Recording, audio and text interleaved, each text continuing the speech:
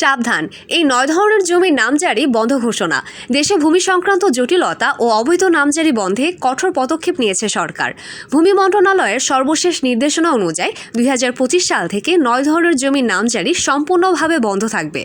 মন্ত্রণালয় সূত্রে জানা গেছে, বহু বছর ধরে জাল দলিল, রেকর্ডে অসঙ্গতি কিংবা মামলা চলমান অবস্থায় অবৈধভাবে নামজারি হয়ে আসছিল। এতে সরকারি জমি, ওয়ারি সম্পত্তি এবং ভেস্টেড প্রপার্টি নিয়ে ব্যাপক জটিলতা সৃষ্টি হচ্ছিল। এসব অনিয়ম ঠেকাতে এবার কঠোর নজরদারির আওতায় এসেছে নামজারি প্রক্রিয়া।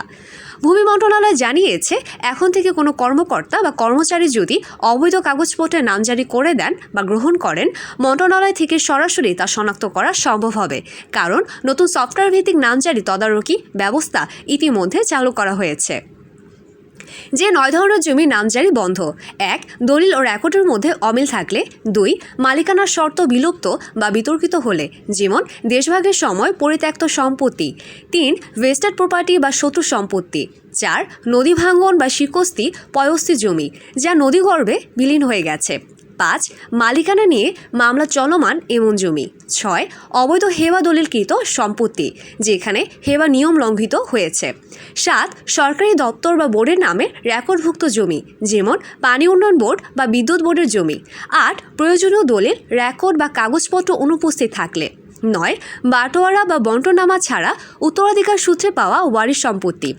অবৈধ নামজারি হলে করণীয়: ভূমি মন্ত্রণালয় জানিয়েছে, যদি কারো জমি এই নিষিদ্ধ ক্যাটাগরির মধ্যে পড়ে, তবে তাকে প্রথমে রেকর্ড বা দলিল সংশোধন করতে হবে, তারপর আইনগতভাবে আবেদন করতে হবে। অন্যথায় এমন নামজারি বাতিল হয়ে যাবে। ডিজিটাল তদারকি জোরদার: এখন থেকে ভূমি অফিসের প্রতিটি নামজারি আবেদন ডিজিটালভাবে যাচাই হবে। মন্ত্রণালয় জানিয়েছে, নামজারি প্রক্রিয়ার স্বচ্ছতা বজায় রাখতে জেলা ও উপজেলা পর্যায়ের ভূমি কর্মকর্তাদের কার্যক্রম সরাসরি মনিটরিং সিস্টেমে যুক্ত করা হয়েছে। সতর্কবার্তা: অবৈধ কাগজপত্রে নামজারি করলে বা করালে সংশ্লিষ্ট কর্মকর্তা ও আবেদনকারীর বিরুদ্ধে দণ্ডনীয় ব্যবস্থা নেওয়া হবে বলে জানিয়েছে মন্ত্রণালয়।